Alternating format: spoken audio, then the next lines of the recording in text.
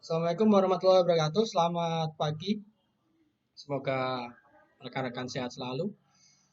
Eh, Pagi-pagi ini hari Jumat, mari kita sarapan hukum pagi. Jadi beberapa hari yang lalu itu ada beberapa rekan yang bertanya kepada saya tentang tanggapannya, meminta tanggapan mengenai eh, banyaknya lembaga pembiayaan keuangan atau finance yang juga tidak menaati instruksi presiden yang terkait dengan relaksasi kredit atau penundaan pembayaran cicilan sampai dengan 1 tahun.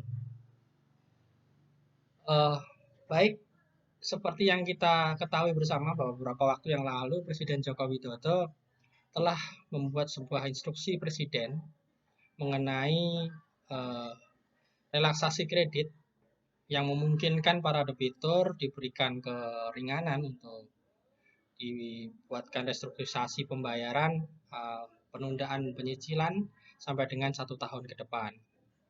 Tapi faktanya di beberapa daerah, Jogja dan beberapa daerah-daerah lainnya, yang bahkan saya juga tahu sendiri, ada beberapa lembaga finance yang juga tidak mengikuti instruksi tersebut.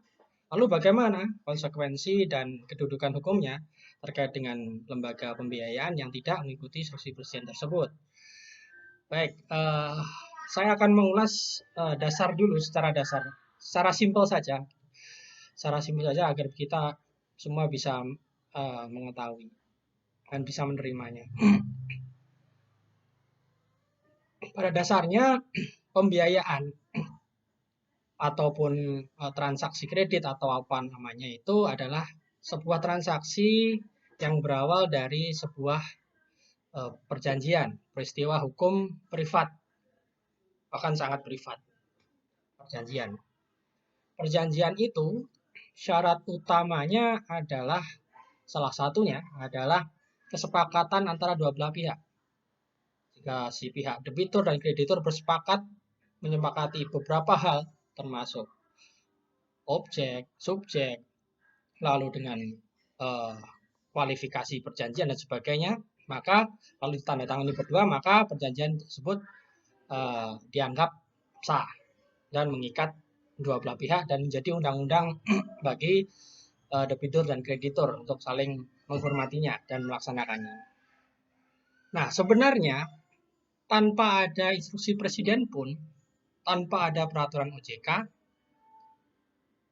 pihak lembaga finance sebenarnya bisa-bisa saja memberikan sebuah keringanan dalam bentuk apapun, restrukturisasi ataupun re-re yang lain, sangat memungkinkan sepanjang itu dalam koridor disepakati dua belah pihak dan juga klausulnya halal, jadi tidak menyalahi aturan norma dan sebagainya.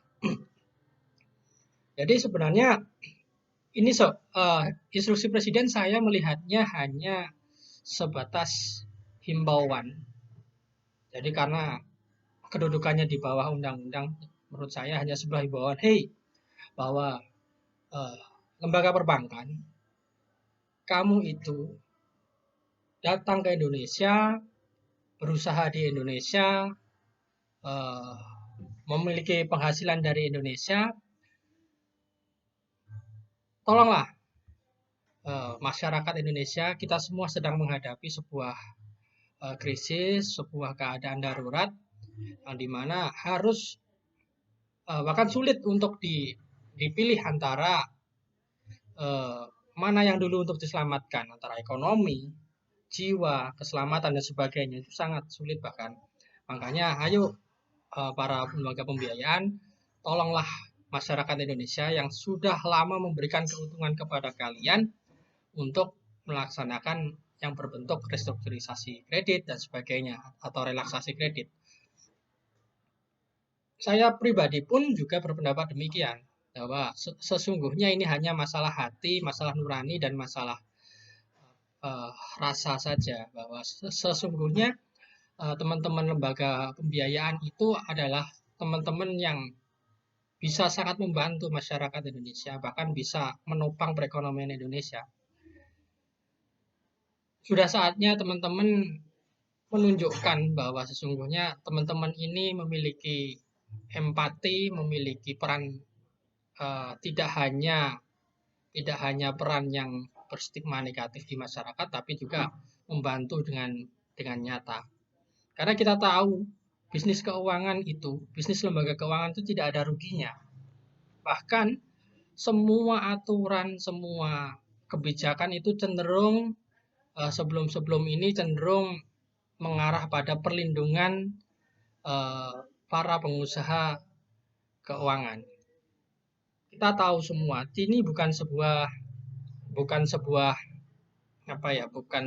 rahasia lagi bahwa mari kita lihat flashback ke belakang bahwa masyarakat ini, debitur ini sudah banyak memberikan keuntungan kepada teman-teman lembaga keuangan.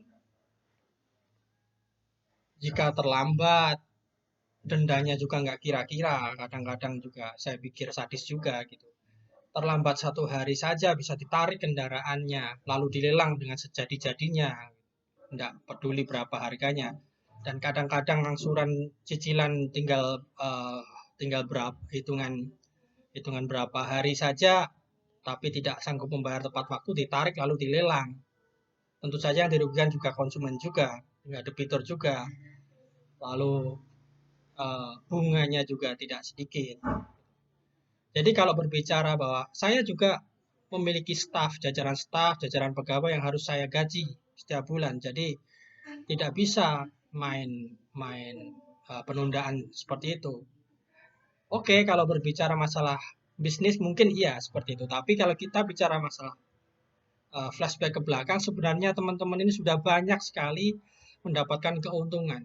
Ingat ketika BPKB keluar, BPKB lalu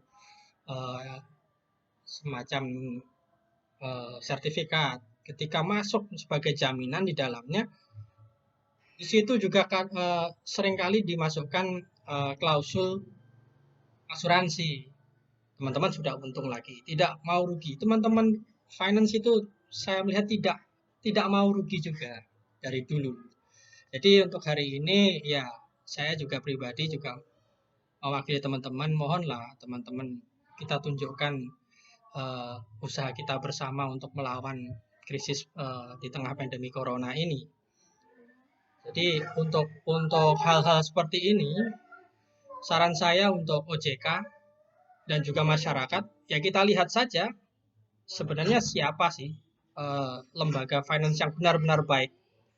Lembaga finance yang dulu datang dengan salesnya, dengan penawaran yang sangat menggiurkan, dengan yang segala hal yang empuk-empuk, segala hal yang indah-indah gitu.